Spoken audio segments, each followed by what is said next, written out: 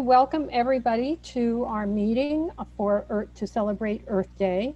My name is Louise Adler. I'm chair of Canyon Dems, and I have to tell you that I had very little to do with putting this event on, and I'm very proud of the three ladies who spearheaded this. They're the awesome A's, Andrea, Ann, and Annie, and they did a great job. We had a little whoopsie just before the event that one of our speakers backed out, Tristan Donovan, and Ann Owens stepped up and took her slot, and she'll be introduced later in the program. So, Andy, would you like to go ahead and introduce our first speakers?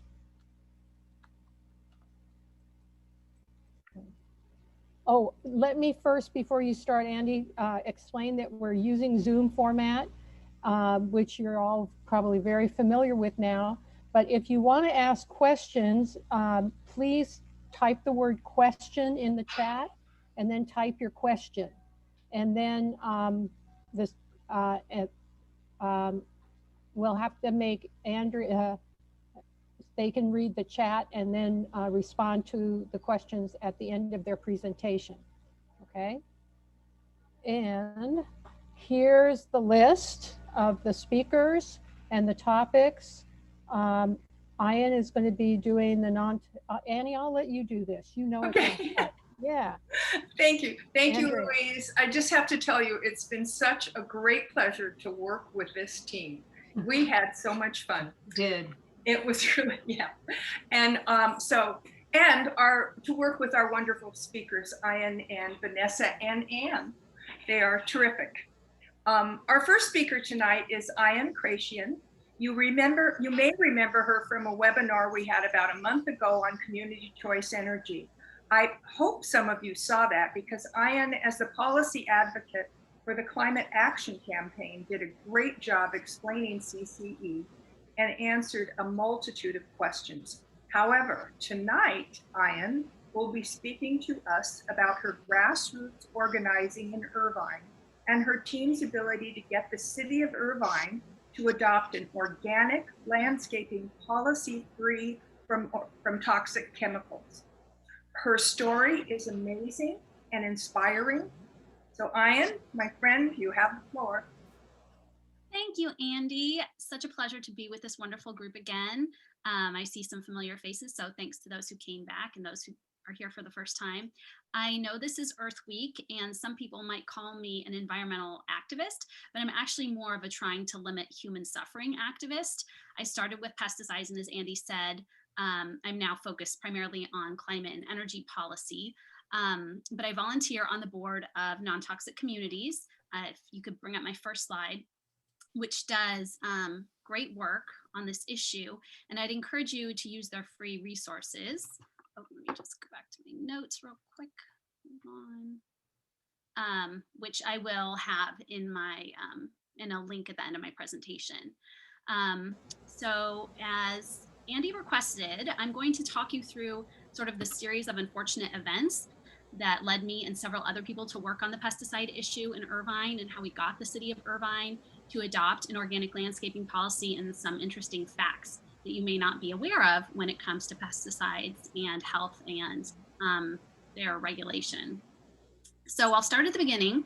The year was 2007. This is the slide you're seeing right now is a picture, some of the coverage that we got from the policy. And I'm sorry, as I go through the story, I'm going to tell the story first, and then the slides are more for the content that comes after the story. But you can stay on this slide for right now. So to start at the beginning, it was 2007, and my husband and I had decided to start a family. And like a lot of people, we had trouble getting pregnant. And I had 2 early miscarriages. One of them was unexplained before I got pregnant with our now 12-year-old, who was born in 2009, who's not the little one in this picture here. This is my now 8-year-old. So the story does end happily, despite some of my personal experiences with that. So 2009, I was a new mom. So I joined the Neighborhood Moms Club, and I made a lot of new mom friends, including a gal in my neighborhood named Lori, who was a mom. And then on Christmas Eve in 2011, Lori's baby girl started vomiting uncontrollably and had a variety of other symptoms, and was soon diagnosed with a brain tumor. Mm. You can go to the next slide. And so of course, I and all the other moms in the Moms Club did what Moms Club moms do, is we signed up to take them meals. And we, watched, sort of breathlessly as, updates came in about this little girl and her family as they went through treatment, which was really terrible. Eventually, thank goodness, this very spirited little girl came back to the park days wearing her feeding tube as she continued treatment. Good news, she is 11 now and she is in remission, but it's not over because they still have to go back every year for MRIs, which is the case for a lot of these little survivors and the big survivors too, I guess. So the slide that you're looking at shows, this is my neighborhood, Quail Hill here in Irvine. And these are the red dots you see are the 3 cases that I'm going to talk about in the neighborhood that I became aware of. So fast forward February 2012, we were trying for baby number 2, and then I had another miscarriage at 11 weeks. It was really devastating, as anyone who's ever gone through that can attest. And it kind of, leaves you wondering why and what happened. So at the park one day, soon after, I was with another mom friend who happens to have her PhD in genetics from UCLA. And I asked her what she thought could be causing my miscarriages. And at that very moment, a landscaping worker was spraying on an area nearby. And she pointed at the worker and said, well, it could be that. So I started to look into it, and I actually printed out a couple studies that I put in a folder that I still have, and I pulled them out, and the dates on them, like, April or March of 2012. So that's when I first kind of got clued in on some of that research. And then in October 2013, a good friend from San Diego was staying with us for a few days. He mentioned one night that he discovered a lump on a lymph node. He did not think it was cancer. He hadn't been to the doctor yet. He thought he just pulled a muscle. He was an athletics coach at Torrey Pines High School in San Diego, and he spent many, many, many years on heavily treated athletic fields. And then we soon found he was diagnosed with non-Hodgkin's lymphoma, which is now widely known to be linked to glyphosate, also known as Roundup. He was exactly my husband's age, 45 at the time, with 2 young kids. And then 6 months after his diagnosis, another family moved to our street from another Quail Hill neighborhood where the mom had been, the mom had lived at this dot over where the A is on where it says Alderwood Elementary School is where this mom had lived before her pregnancy and when her daughter was born. And so turns out, so this little girl starts coming to my house every day. And I noticed that she had sort of an issue with the muscles on one side of her face. She was sort of palsied on one side of her face. I learned that she had had a tumor removed when she was 2 years old, and she was very lucky to have survived. And her case is that primitive neuroductal tumor that you see at the top there. So the tumor was gone, but she still had this issue she was sort of stuck with. And then a few months after that, in November 2014, we went to Scott's memorial service, our friend from San Diego, at the Torrey Pines Auditorium. He succumbed. The bleachers and the floor full of folding chairs, full of crying high school kids. It was a very traumatic experience. And then the next year in 2015, another neighbor's friend, her 3-year-old son was diagnosed with a tumor. And that's the sort of topmost dot that you see there was where she lived when she was pregnant. And none of these families live in these homes anymore. So that's why I feel comfortable putting their dots on there. And these aren't exact locations. But so my friend Lori is the one who's over kind of the southernmost, easternmost spot. And then so we found out that was sort of enough for me. I'd kind of like had it at that point. The 3rd kid in our little neighborhood of 1,650 homes is what Quail Hill is comprised of.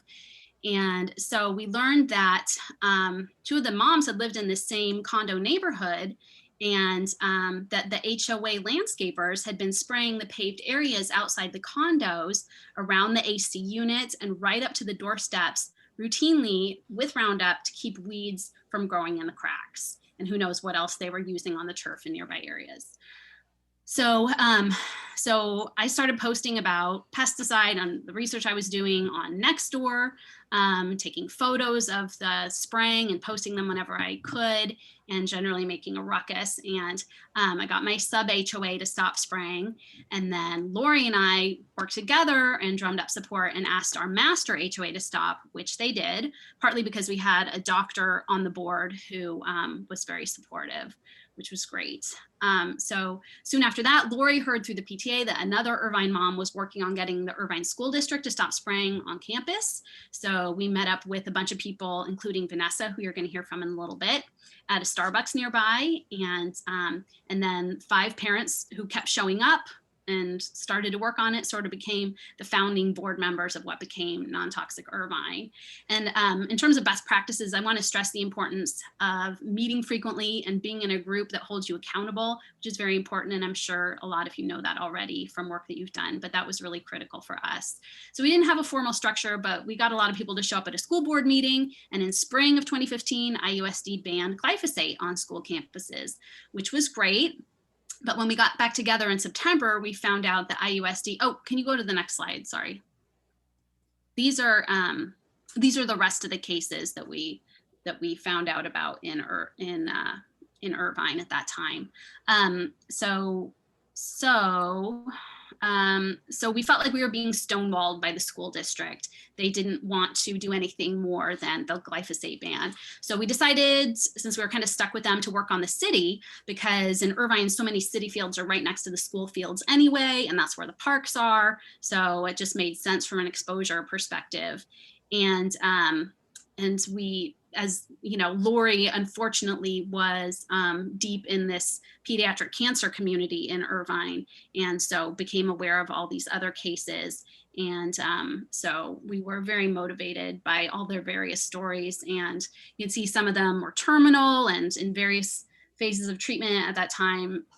Really heartrending to watch those families go through. So we asked 3 professors to be our scientific advisors along the way, 2 of them from UC Irvine and 1 from another university, and they all agreed. And so we launched a petition in November, right before the holidays, which I thought at the time was very bad timing, but we promoted it on Facebook, and we thought we would need like 1,000 signatures to get anywhere. But after maybe 300, we heard back from then Mayor Steve Choi, who's now an assemblyman, who directed city staff to meet with us. And we met with 3 council members. At the time, Irvine had 4 Republicans and 1 Democrat. So we met with, we met with Beth Crom, and we met with Christina Shea and Steve Choi.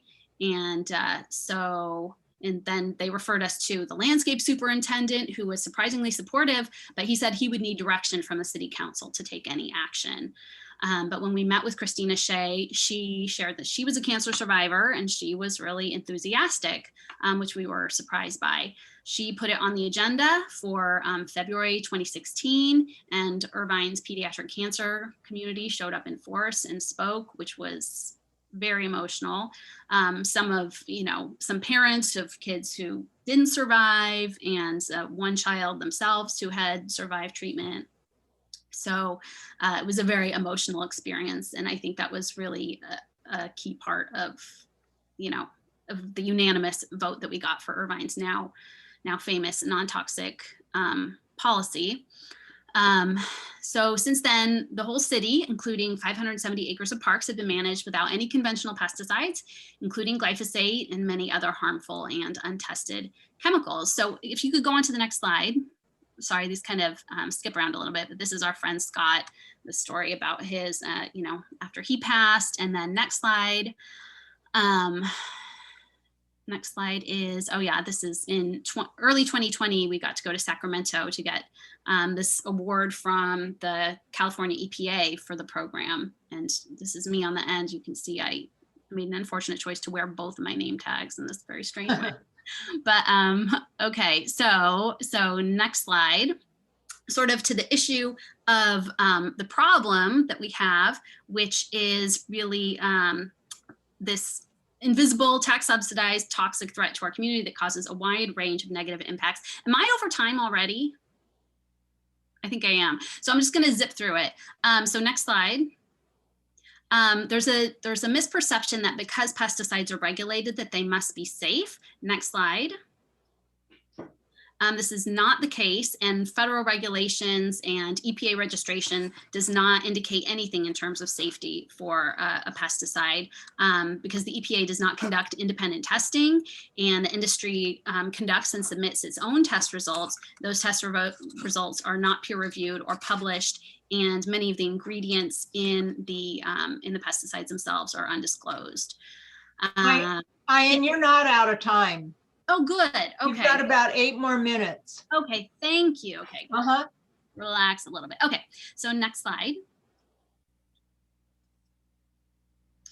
So in 2010, this was President Obama's cancer panel's conclusion, kind of spoke to this, this reality, saying that the prevailing regulatory approach in the United States is reactionary rather than precautionary. Instead of requiring industry to prove their safety, the public bears the burden of proving that a given environmental exposure is harmful, and that we have to prove that we're being harmed by it with, there's no specified number of deaths, but of course, glyphosate a few years ago was put on the list of cancer-causing chemicals in California. I mean, that was only after many, many, many years of people getting sick with non-Hodgkin's lymphoma that our friend Scott succumbed to, and who knows what other untold harms. So next slide.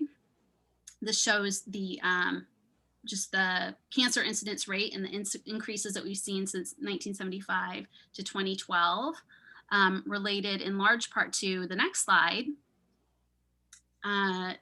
Probably this shows the increase of glyphosate use by crop.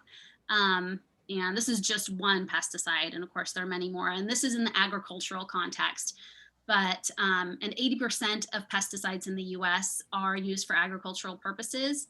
But this is still exposure, and they're subject to the same failed regulatory and review framework as residential pesticides. So, so you can see, you know, the dramatic increase that we've seen, and there's been this dramatic rise in non-communicable diseases, while other like malaria and so many other, you know, communicable diseases have gone down. The rates of cancer and heart disease and diabetes and all these other diseases that many say are related to pesticides have gone up. So next slide. This shows, it's really crazy, just the amount of pesticide use in the United States. And this is in 2007, and it's only gone up since then. But you can see agricultural versus industry and home and garden. Next slide. And unfortunately, the sad reality is that children are more vulnerable for several reasons, including the fact that they are just smaller. So their exposure versus their body size makes them more exposed. They live their life closer to the ground, so they're going to breathe in more of what's on the ground. They have more hand to mouth behaviors, picking up dirt and putting it in their mouths, and that's why 50% of lifetime pesticide exposure occurs during the first 5 years of life. And why the EPA says that children take in more pesticides, and their tiny little organs are not equipped to detoxify them the way that we are, the adults are. And because they're being exposed early in this developmental window, it's really hard to say, you know, the effects can be more dramatic because they're being exposed at these sort of inflection points in their growth and development. So next slide. And this is very concerning. I refer to this as the grapefruit juice effect, because you know how if you're taking certain medications, your doctor will tell you not to take certain other medications. But pesticides are like that, and they're made by pharmaceutical companies in some cases, Bayer, because they interact with each other and they can amplify each other's effects, and those effects are largely unknown. So, and they're not studied. And they're formulated in the bottle in, you know, mixed with other ingredients that aren't studied. And so what it amounts to is a massive experiment being conducted on us and our children. Next slide. This is a very typical label for a pesticide that's not even among the most, terrible that you would see on a list. But you can see the formulation that it's 21 something percent, the active ingredients, and then the rest of the formulation is considered a trade secret and is proprietary to the company, and they don't have to disclose it. And so it's shocking that we have no way to know this information and are being completely kept in the dark about it, despite the fact the health effects that it might have. Next slide. So it's good to think about our reasons for doing this. So in terms of agriculture, there's a case to be made that maybe they're doing it for food supply. But in terms of landscaping, it's indefensible. It's just for cosmetic purposes. And when you think about the risks that we're taking in the name of cosmetic improvement, it's worrisome. Next slide. And so I think it's important to consider the costs of the status quo and the cost of inaction. And although these costs, they don't show up on a balance sheet anywhere, and they're not on the budget of, say, a city or an HOA, they're no less real. One of those kids, the 3-year-old boy who was diagnosed in my neighborhood, the mom told me his treatment, just 1 year of his treatment cost $120,000.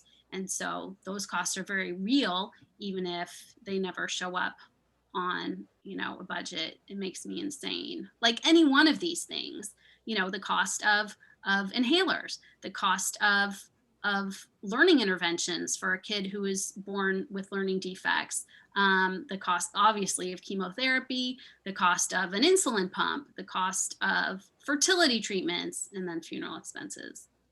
Next slide. Yeah, this is what I was talking about before, but yeah, the fact that they're not factored into the cost of conventional landscaping. And if they were, I don't think that we would have conventional landscaping practices anymore. Although it is somewhat changing a little bit in California, maybe just to a slight degree because of the Prop 65 liability related to glyphosate, but still there's not been much change. Next slide. So as you're making a case to a city or an HOA, I just thought this might be helpful to include considerations that would be appealing liability factors, including workers' comp, because the people who are using the products are exposed more than anyone, environmental remediation costs when those come up, and the potential of lawsuits, which is in the billions in California related to glyphosate. Next slide. And just as we're thinking about solutions to the problem, I wanted to highlight that these are not among the solutions. A ban of one chemical or another, although it can appear to be very helpful, is not, because so often the product is just replaced by another one. So that is very worrisome, and that is what we see here with these product swaps or organic by neglect, which is where people just say, well, just stop using it. So stop using anything, and then you get a terrible result because they're not implementing any of the other practices that need to be used to make it successful. And so then people have the response, well, we tried that and it looks terrible. So that is not a path to success either. And of course, ignorance is not a solid legal defense, although there's plenty of that to go around. So next slide. I wanted to be sure I recommended this resource, which you could spend days in, but Beyond Pesticides is a fantastic nonprofit that does a lot of advocacy and research into pesticide exposure and the health impacts and other impacts, environmental impacts. And they have a whole pesticide-induced disease database.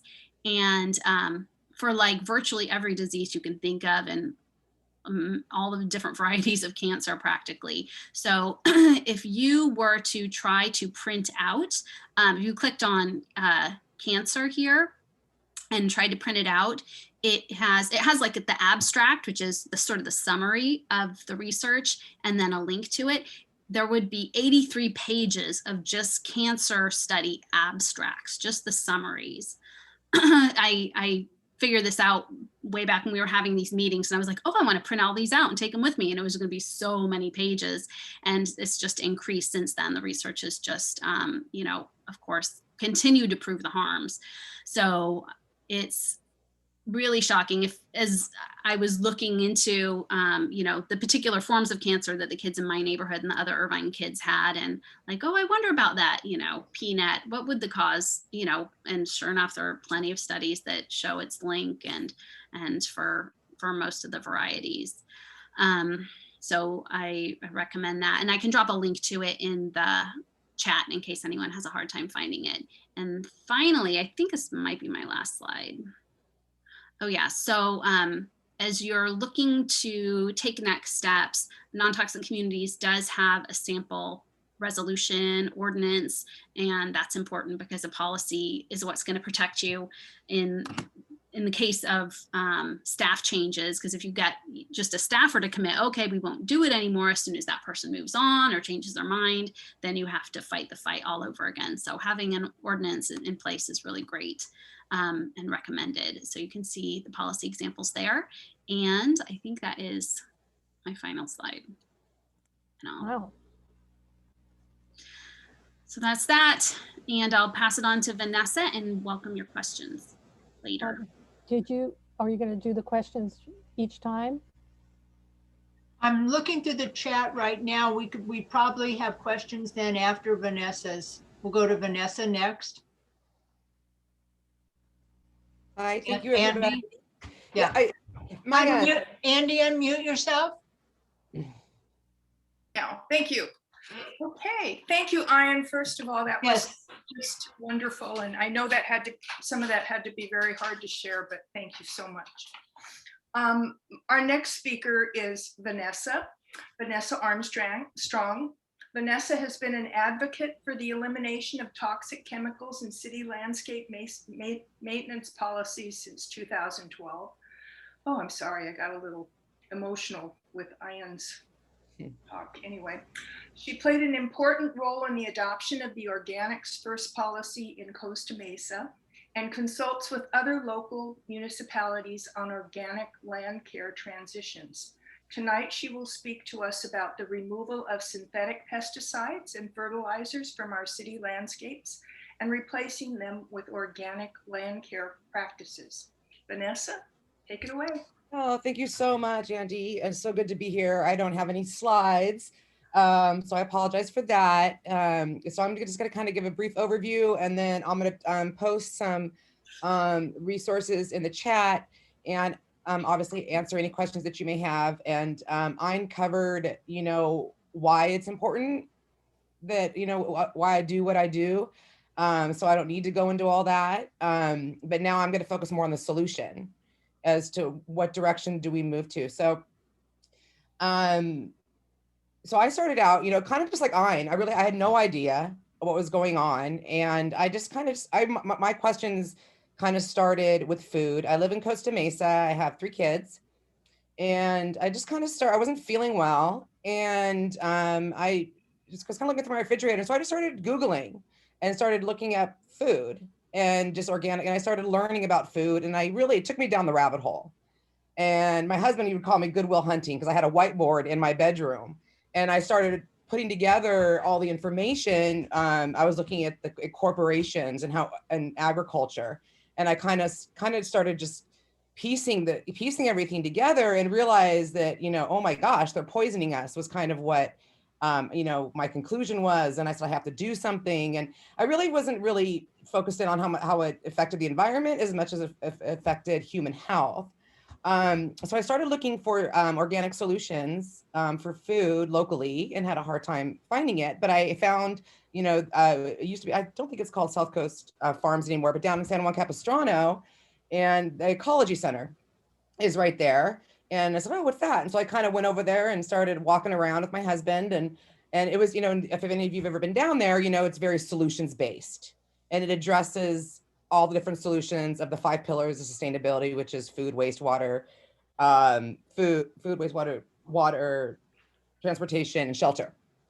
And so I was just kind of just had this aha moment, and then they happened to be starting their first permaculture design course with the director. And so I just signed up, and I had no idea why. And I just kind of, the universe just led me there and went to the first class. I was the only mom.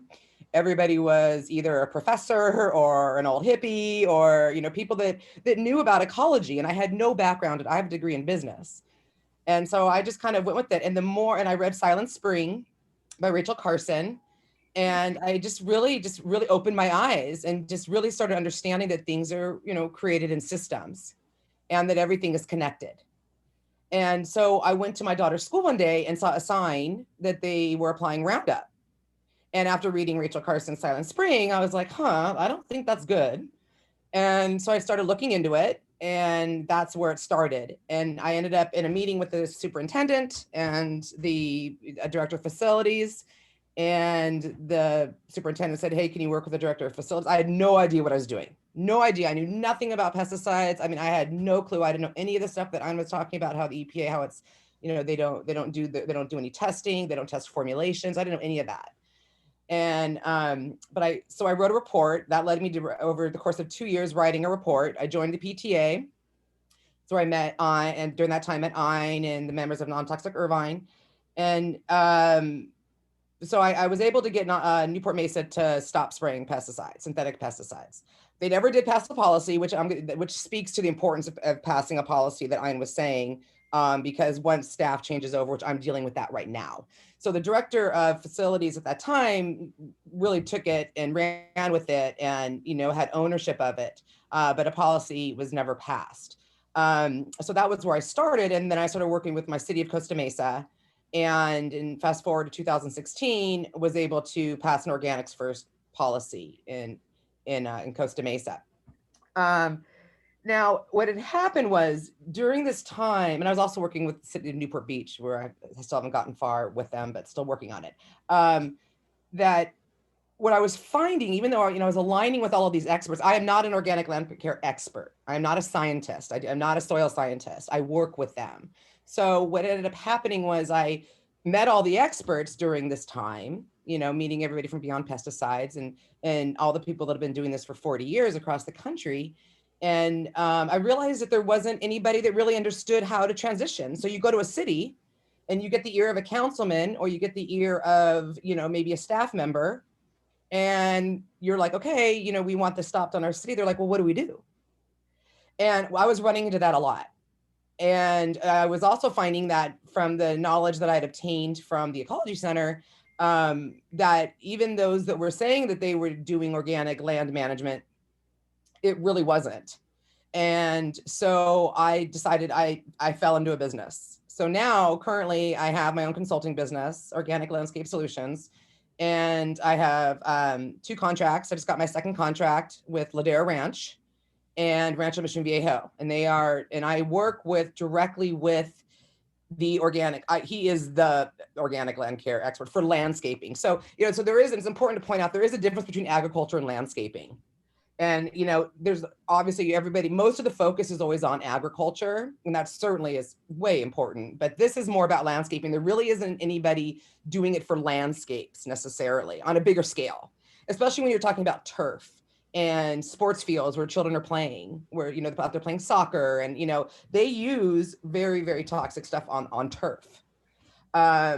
So the solution, so that's really kind of what I like to focus on. I took the Ecology Center's lead on this, is focusing on the solution. So instead of going to, and I will go over, you know, maybe some things that you can do if you're interested in advocating for this in your city or HOA, you know, instead of going in and saying, stop this, it's like, hey, how about we do this? There is this other solution over here. And they seem to be a little more receptive when you approach it that way. So what is organic land care? So organic land care is, so just like or the organic label in agriculture, they have a set of standards. And so, and I'm going to post this in the chat when I'm done speaking, that NOFA, Northwest Organic, I can always forget it, sorry, Organic Farming Association has put together a list of organic land care standards. So there are a set of standards, they're relatively new. They do offer an accreditation course. So happy to see that more and more landscapers are joining that and getting accredited. So that's what I follow, are those organic land care practices, best practices. So organic land care is not about swapping out a product. And so conventional, so you have conventional and you have organic. And conventional landscaping is a basic, is product focused. And industry came out with it in, like, say, turf, for example. It's like a 4-step program. This is what you put here, then you got to throw the fungicide down, and then you got to put the fertilizer, the synthetic fertilizer down, and then you spray the heck out of it with 2,4-D to kill that nasty broadleaf clover and the dandelions. And so it's very, very systematic, and that is the mainstream culture right now with landscapers. They just follow this. It's really simple. You spray it, you move on, you doused it with a synthetic fertilizer, and that's it. It does not address soil. So if any of you, I highly recommend watching Kiss the Ground documentary on Netflix, which talks about the importance of our soil. And if anybody who's just looking at climate change as a whole, that actually, that healthy soil sequesters carbon. So this could easily be another benefit of this would be to any city who's trying to expand their climate change package. This could be part of that, because healthy soil sequester carbon, whereas organic land care addresses the soil. So in conventional, like a synthetic fertilizer, just so if you have nitrogen, like the NPK that everybody's heard of, the nitrogen just improves the health of the plant. Well, I would say it improves the health, the aesthetics of the plant. So it feeds the plant directly. Whereas like an organic approach, you're actually feeding the soil, which in turn feeds the plant. And it's a little ecosystem down there. And if any of you have heard about the soil web, and it's a huge ecosystem. There's tons of stuff going on down there. It's a science in itself. There's people that only do soil science. I mean, it's a big deal. So with organics, we focus on the system. And what an organic approach would be, for example, would be, you take a soil sample, you analyze it, you observe the site. Aesthetics are always an issue. You talk to the client, find out what it is that they need. Usually it's weed abatement and aesthetics and a safe playing turf for their community. And I always find, and this is a little side, is I always find it interesting. They say, oh, we just want a safe playing field for our kids, and we can't have clover and we can't have those things. They're dangerous. They have bees, but yet they'll throw 2,4-D on it. No problem. It's like, I don't even know what to say when they say that anymore. I'm just like, you're listening to yourself. But I just don't think they truly understand that this stuff is bad. And they usually do hide behind, well, the regular, if the EPA says it's safe, then it is. And so that's where the education piece comes in, educating them on that. Some just don't care. Some honestly just don't care. I've worked with many leaders and decision makers, and some just simply don't care. And that's very unfortunate. So pretty much, organic land care is the solution. And usually we approach it with a transition. We don't, like, for example, like in Rancho Mission Viejo right now on one of the fields, it's a high profile athletic field, because the soil's so bad, and there's no microbes, we can't just go throw down a bunch of organic fertilizer because there's nothing for the microbes to feed on. You're just wasting your money. So we use like a half and half synthetic fertilizer, whereas, synthetic fertilizer is not toxic to humans. It's bad for the environment, but not necessarily to humans. We're okay with, it's like half organic and half synthetic, if that's kind of an oxymoron, but there are microbes in it, but it's also got the synthetic nitrogen that will feed the plant. So you get that immediate aesthetic appeal, which the client needs. You need it. It has to work. If the field looks terrible, they're not going to buy into it.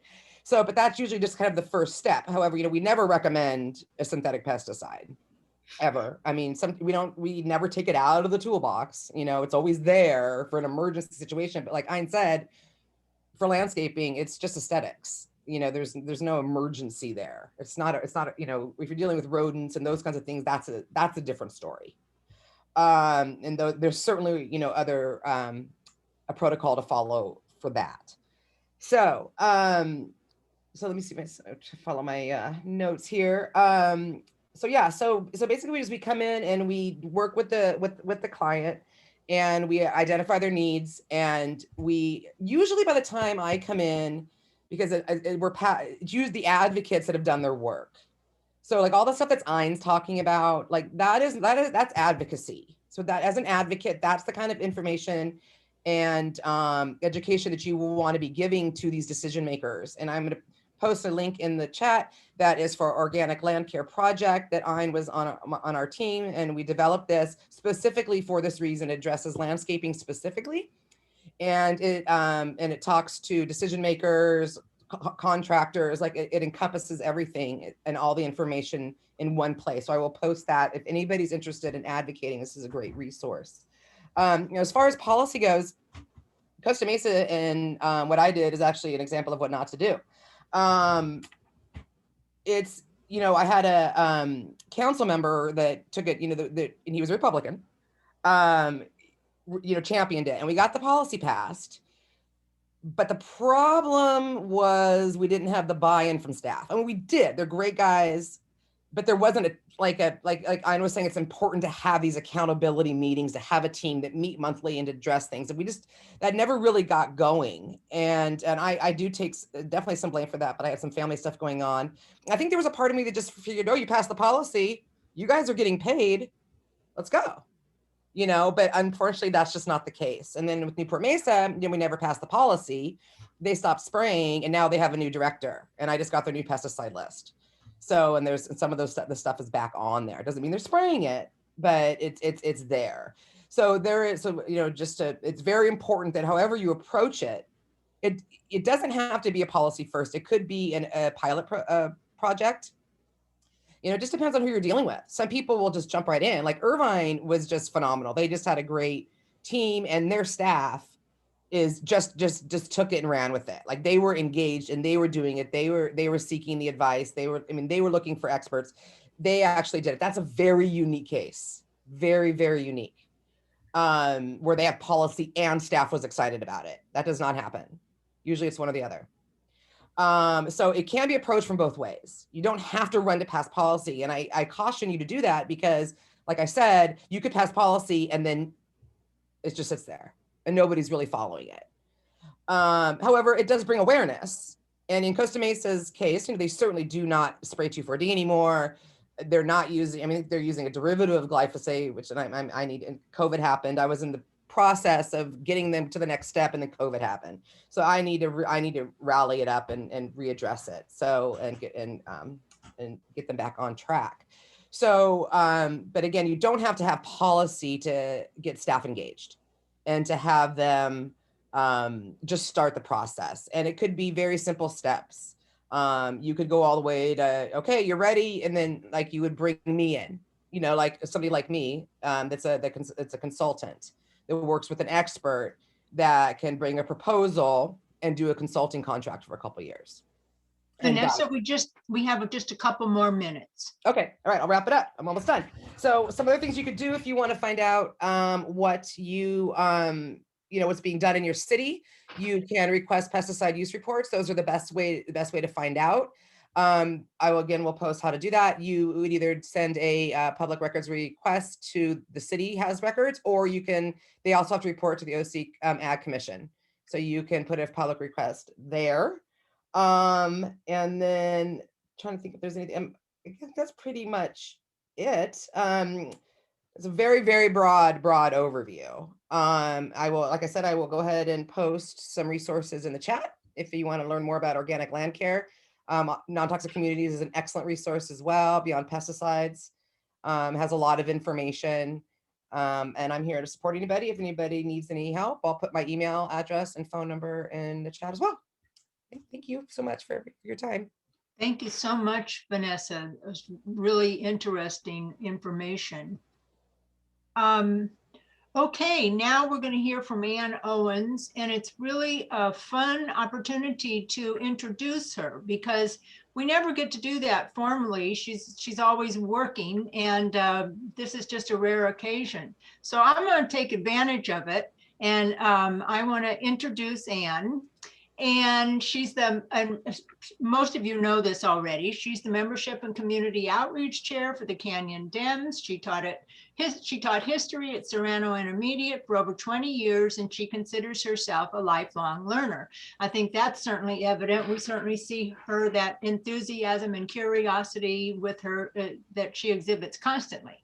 In her retirement, she ran the Junior Optimist Club for junior high students at Serrano, teaching them how to do public service using their hearts and minds. She's a member of both Welcoming Neighbors Home and Mission Viejo Planning Partnership, both of which advocate for housing for families with low incomes who are struggling to find affordable housing in South Orange County. She has a strong interest in the protection of our environment, and she tries to constantly learn ways that individuals can play in protecting our planet. Now I'm going to give you my words about Ann. She makes life better for family and friends and anyone who knows her. Her work on behalf of the homeless is never ending. She's a tireless worker for organizations. Sometimes she'll mention something she's doing and it's like, she's just really amazing. And certainly we, the Canyon Democrats, know what she can do.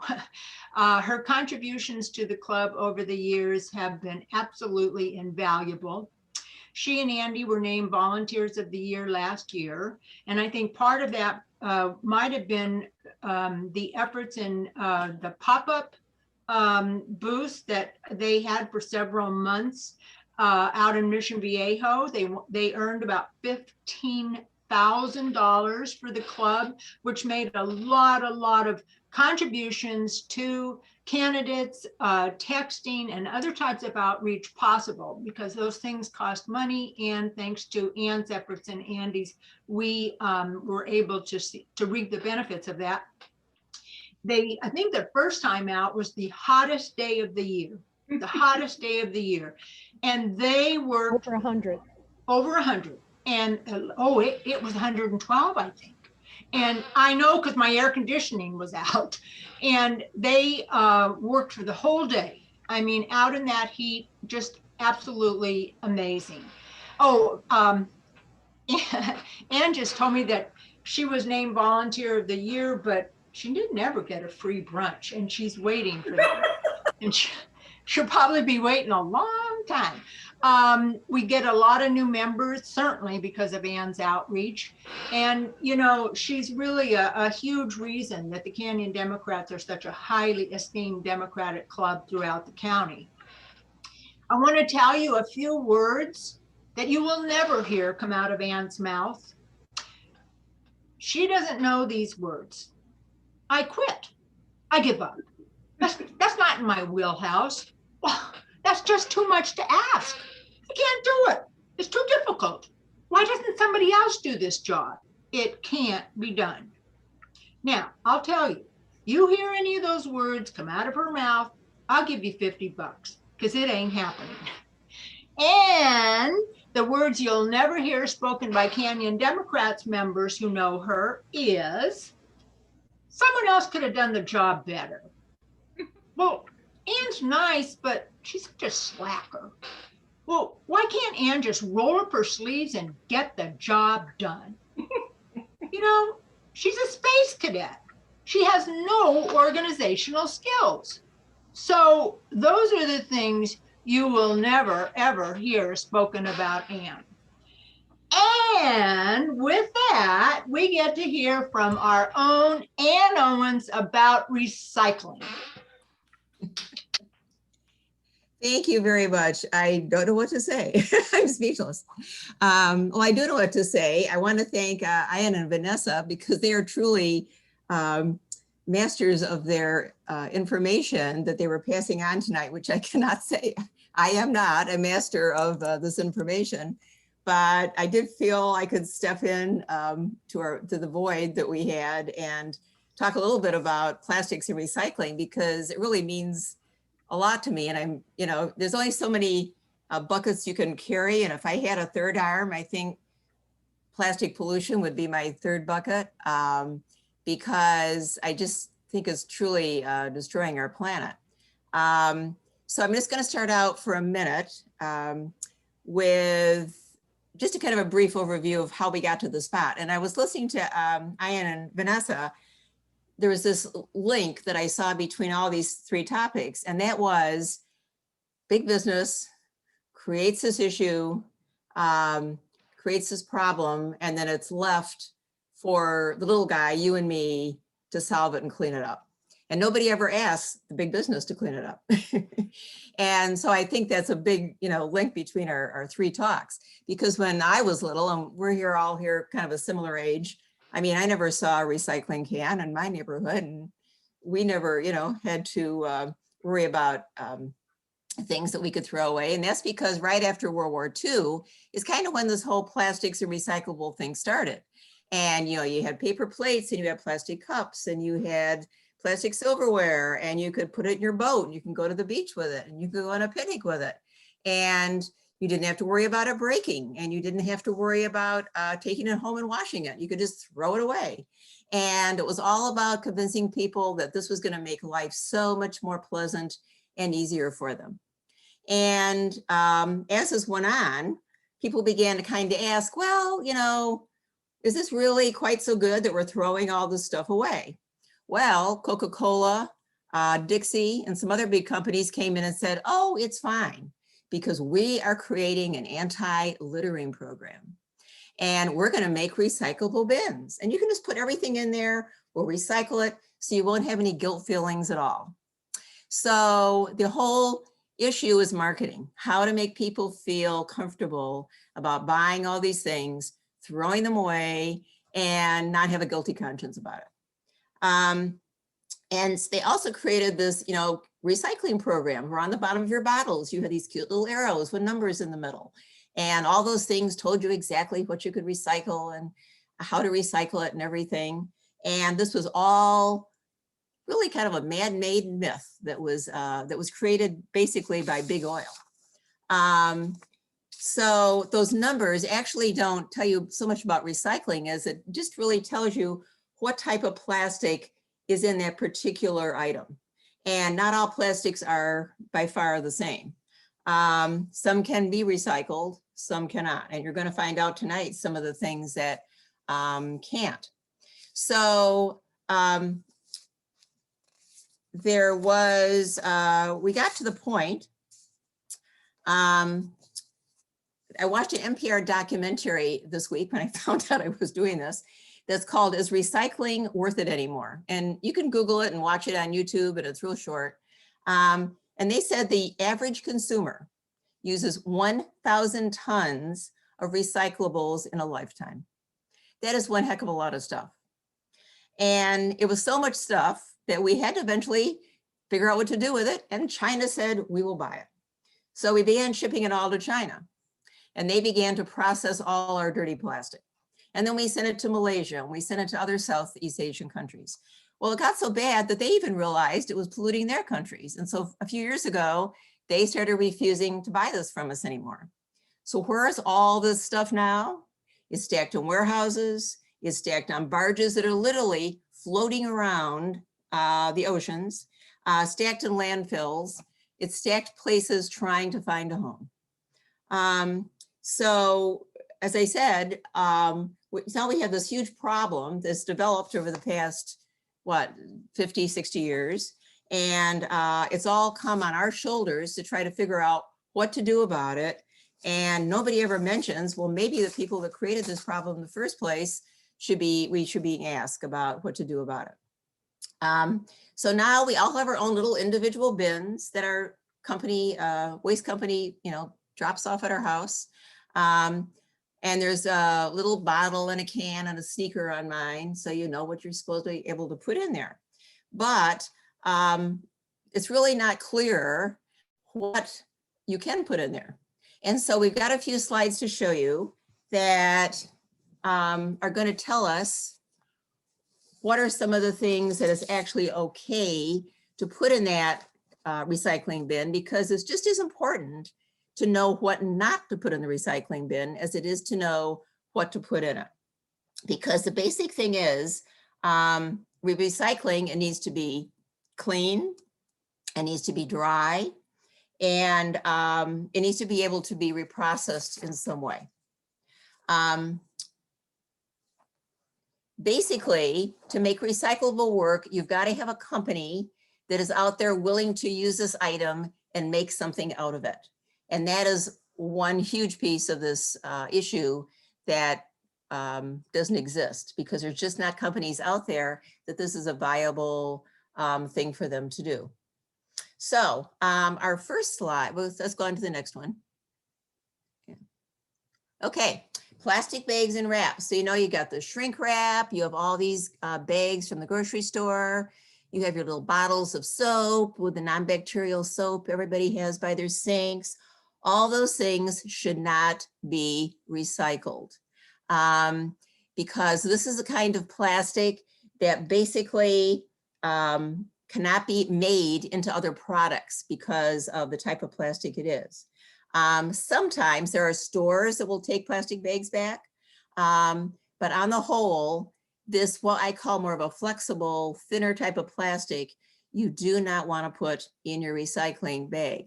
And there is a thing on this sign that says store drop off. I guess there are some stores that will take this back, but I personally don't know of any in our area that will take it back. There might be some grocery stores that will take, I really don't think they will, especially during COVID's changed everything.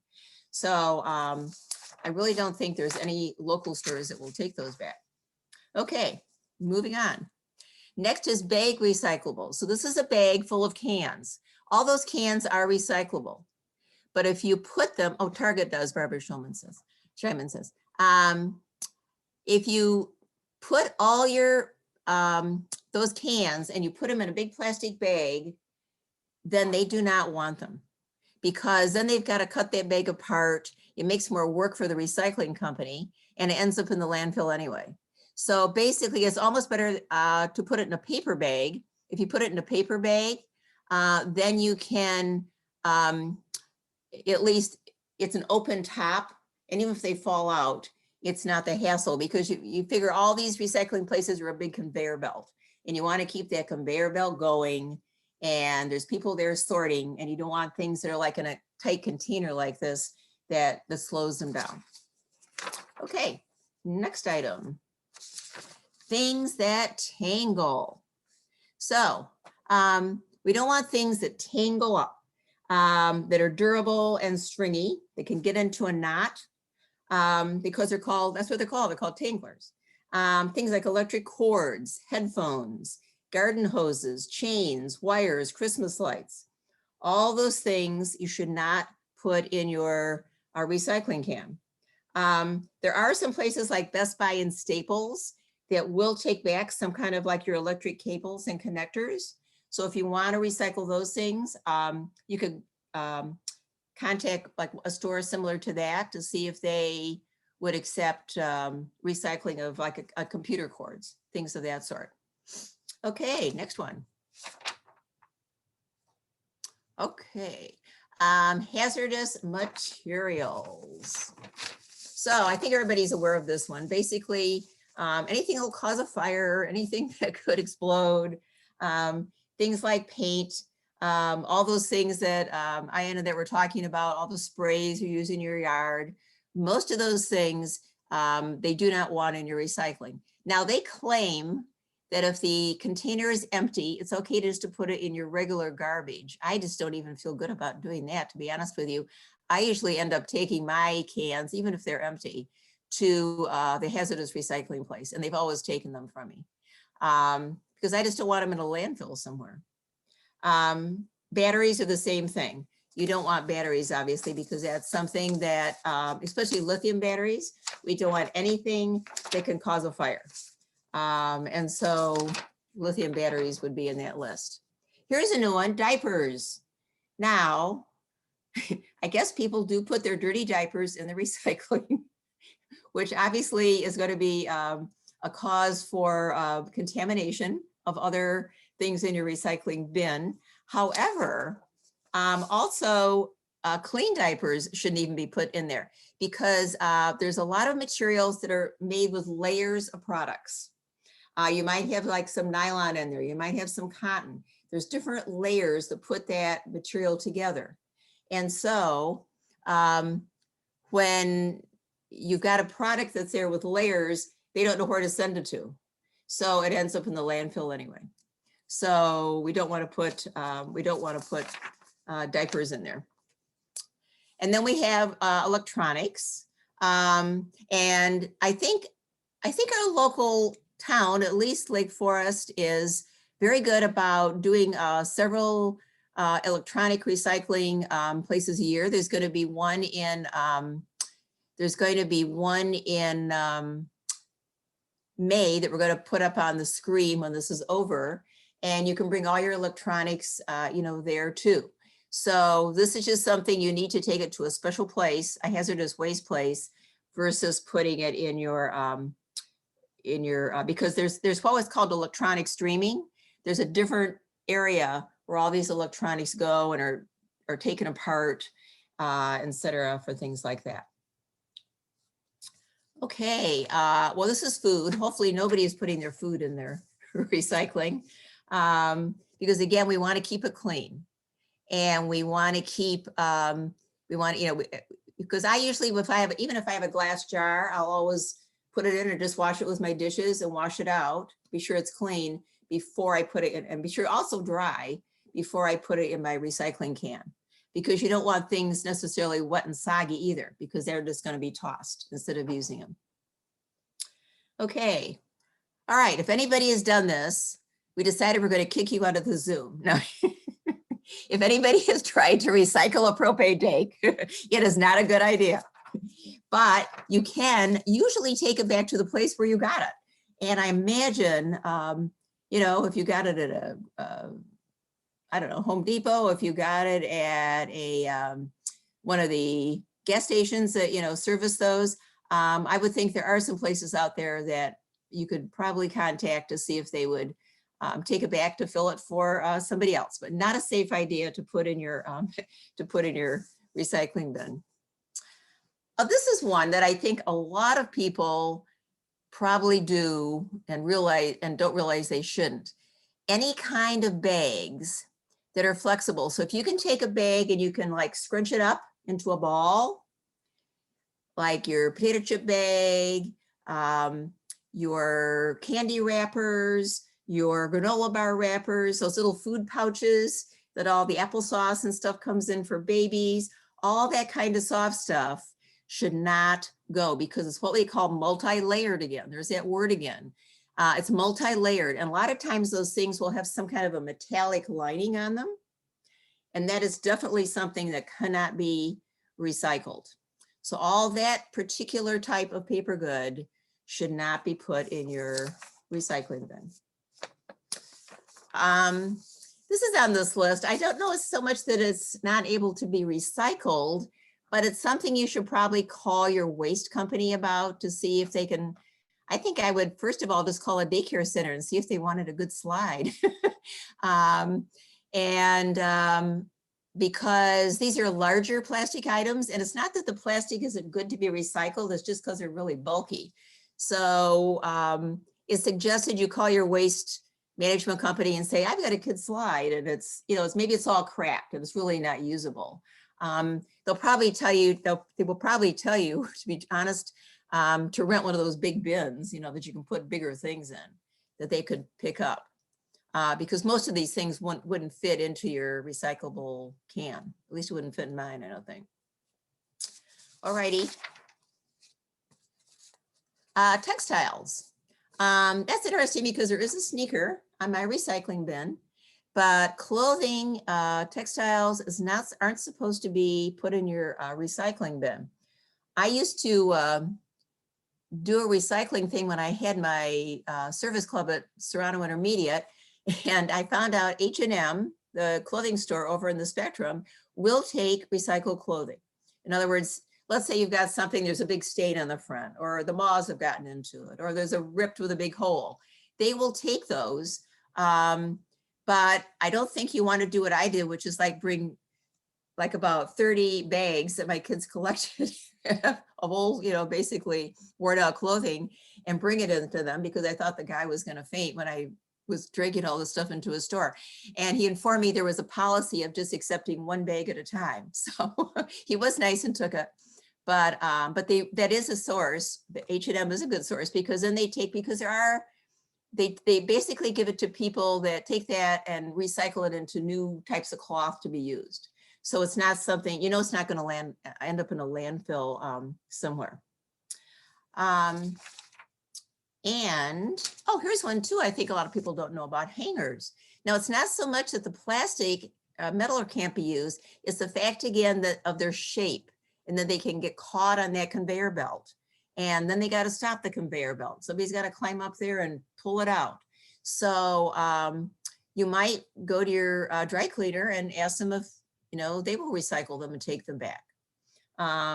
Or maybe Goodwill or Salvation Army might appreciate you donating your hangers to them, so they can use them to hang things up with. Then we have ceramics, and this is one I didn't even think about.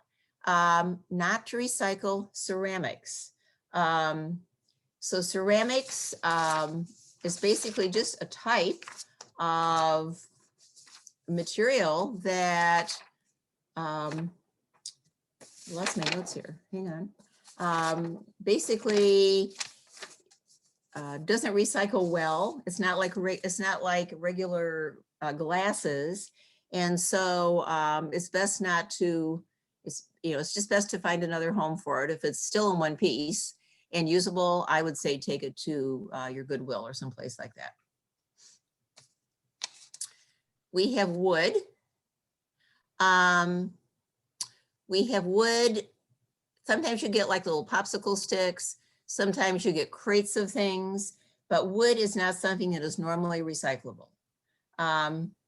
Sometimes composting places take it, but beside that, they don't appreciate you putting that also into your recycling bin. And light bulbs. Light bulbs are something that are pretty dangerous sometimes if they break. And so you should be careful and take your light bulbs to your, to your electrical or to your hazardous waste recycling place. And then we have glass. There are different kinds of glass. So it seems that window glass and drinking glass are different than the kinds of glass they use in packaging. Let's say like in your applesauce can or your wine bottle. That would be packaging glass. This kind of glass basically is stronger. It takes a higher temperature to melt. And so all glass is not the same. And so this type of glass, although you can probably throw your wine bottle in the recycling, drinking glasses and window pane glass should not be recycled. And don't you dare recycle your bowling ball. I'm sure there is a young person out there somewhere who will love to have you donate a bowling ball to them and go down to your local bowling alley. I guess this happens. Go down to your local bowling alley and say, I have a bowling ball that I would love to donate to anybody here that couldn't afford to buy one, and see if they take you up on it. And if they don't, I have no idea what you do with that bowling ball. So now we're going to put up a few things, because locally, I do think we're really good about recycling these things. So Lake Forest on Town Center Drive is having a household hazardous waste collection on May 22nd and 23rd from 8 to 4 and 8 to 3. So you can bring your things there. On Sand Canyon, the Hazardous Waste Collection Center I've been going there for years and years and years. And you get on Sand Canyon, and it's off. Once you're on Oak, and make a right on Oak. If you're going if you go under the 5 freeway, keep going, make a right on Oak Canyon, and then it's on the right. You stay in your car, put everything in your trunk, just pop your trunk. They take everything out. I have taken everything in the world there, and they have never once said, we can't take that. They're open Tuesday through Saturday, 9 to 3. And then there's another recycling center on Technology in Irvine at the Costco parking lot by the Tire Center from 10 to 4:30 every day. And they take things like aluminum, plastics, glass, and metals. So we do have places that we can bring things and be responsible about where we're putting them. so they don't end up in these landfills. And we're also, you know, at our meetings now, we're going to start asking you at our Canyon Dems meeting to bring with you your own recyclable water bottle, because we are not going to be offering plastic bottles of water to you anymore. So we're trying to walk the walk that we're talking, and we hope you'll take us up on that. And I want to thank you for inviting me. It was fun. Thank you. Thank you, Anne. Thank you so much. And thank you, Vanessa, and thank you, Ian. And it was a great Earth Day celebration. So thank you so much.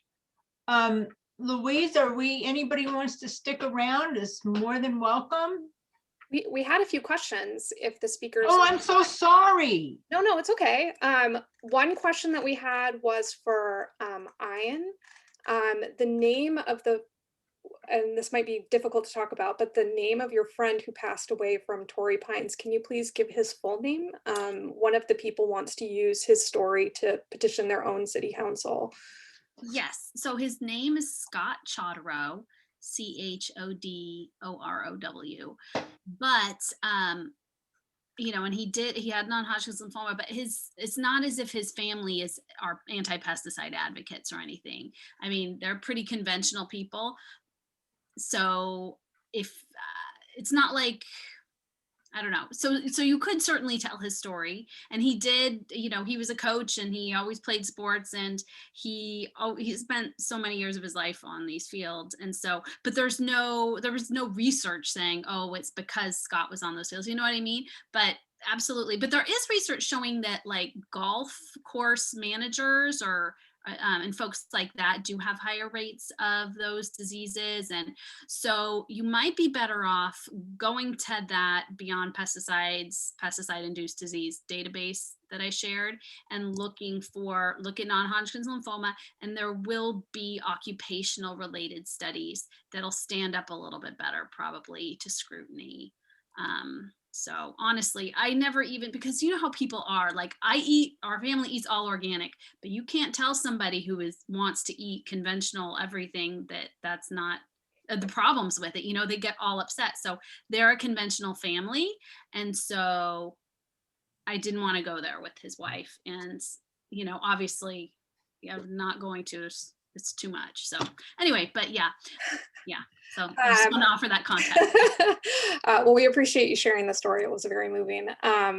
Another question was, do you or Vanessa have any idea the status of pesticide use? Like Vanessa, you said that you were hired on to work for Ladera Ranch, like what the use of pesticide is in terms of landscaping in South Orange County cities. It sounds like one of our members is from Casa del Sol. She might want to bring it up with them, but do you guys know of any movements or any groups in the South Orange County area that maybe they should hook up with? There's a ton of advocacy. A lot of the cities do have advocacy groups. I know and they're usually present on Facebook. So certainly you could, you know, look there. Ladera Ranch is a huge advocacy group. I don't know what city that is. That sounds like it's an HOA. What city that's in? That city itself might actually have an advocacy group. Ladera is unincorporated. Yeah, Well, but Casa del Sol, I think, is is Mission Viejo. Mission Viejo has an right, Ian? They have a group. Yes, I've seen them. Oh yeah, Zen. That's Zen's Oh, group. she moved. Oh, she did. Okay. Yeah, she moved back east. She got the heck out of it. She's like, I'm out of here. So, but San Clemente. Well, so Michelle Schumacher in San Clemente. But you know, if you're really interested in advocating to a certain city, really the best thing to do would be to start with like non-toxic communities. So the woman who is in charge of that and the founder of it is a powerhouse, and she's got that website has got tons of resources. I mean, she's got emails you can just copy and paste. I mean, there's so much on there, including like sample policies, links, and actually on that website, there's actually a link to all the cities with advocacy groups. So that is absolutely a great place to start, would be non-toxic communities. And then reaching out to, her name's Diana, and you know, Ian's on the board, and reaching out to her, and she certainly, that's what she does, is support advocates in whatever city they're in. I did just look up the Non-Toxic Mission Viejo Facebook page, and it appears to be a safe one. I want to clarify that there's kind of a split in the non-toxic community, and some there's like kind of a for-profit side of things. Non-toxic communities is a non-profit, and so we're just focused on advocating for practices that help make people safer. But there's kind of another group that maybe some folks have had bad experiences with. So that's why I want to recommend non-toxic communities. And so sometimes that other group will come in and take over the advocate Facebook groups and push out the local advocates in the interest of getting the contracts. So, which Vanessa and Chip, the expert that she works with, don't do. So anyway, so I just want to say, I looked at Non-Toxic Mission Viejo, and based on like Diana's in there and Lori's in there. And so I think it looks like a safe one. Be a B. If it starts with non-toxic, and then it has the city and it's non-toxic neighborhoods, and there's a B, that is a for-profit company. It's unfortunate that that's happening, but just so you're aware, if you are looking around, not to be confused, non-toxic communities. It's a butterfly. Jack Hollander has a recycling question. Anne, I don't think it was answered. He's asking about the, he drinks from a lot of liter plastic bottles, and he knows the bottles are recyclable, but what about the plastic screw tops? Are they recyclable? Actually, I think the soft plastic in the bottle itself is not even that recyclable. The best recycling plastic is like the type of the heavy plastic that your milk bottle comes in. That's like a 1 or 2 number. And things below that probably will often end up in the landfill. I have heard that the caps are usually made of the same plastic that the bottle's made out of. So if you keep the cap with the bottle, they will recycle the cap. But if the cap is separated from the bottle, it won't be recycled. Those little, yeah, a million of those little things running around on the conveyor belt. Yeah, so try to keep the cap with the bottle if you can. Well, I guess that's the question. So thank you all so much. Can you see you can't see my screen, can you? No. Yes. We see Oh, I you. see you. That's odd. I'm all of a sudden blanked And out of here. I'd like Anyway, to encourage people to consider composting their food waste, which is something my sister and I do, all of it, okay? We have a large yard, but it is, and the reason we started was the soil here was so bad. You know, when you dig into the soil and you don't see anything organic, it's like nothing is going to grow in it. So That's going to be a requirement of cities. And Margot Finlayson is saying that I'm incorrect, that the reason they don't want the tops is that they can pop off and jam the equipment. So we're clearly going to need to do more research on bottle tops, guys. and the problem when you create that small size plastic, it's more likely to end up in the ocean. And then the smaller the size, the pieces of plastic. Terrible. Getting back to the composting, the state passed SB 1383, and all cities are now required to do composting. And so we're going to be getting little countertop bins for our composting that'll then go in our green bins, and then our waste recyclers, our waste pickup people will be picking that up. And there's a timeline for that.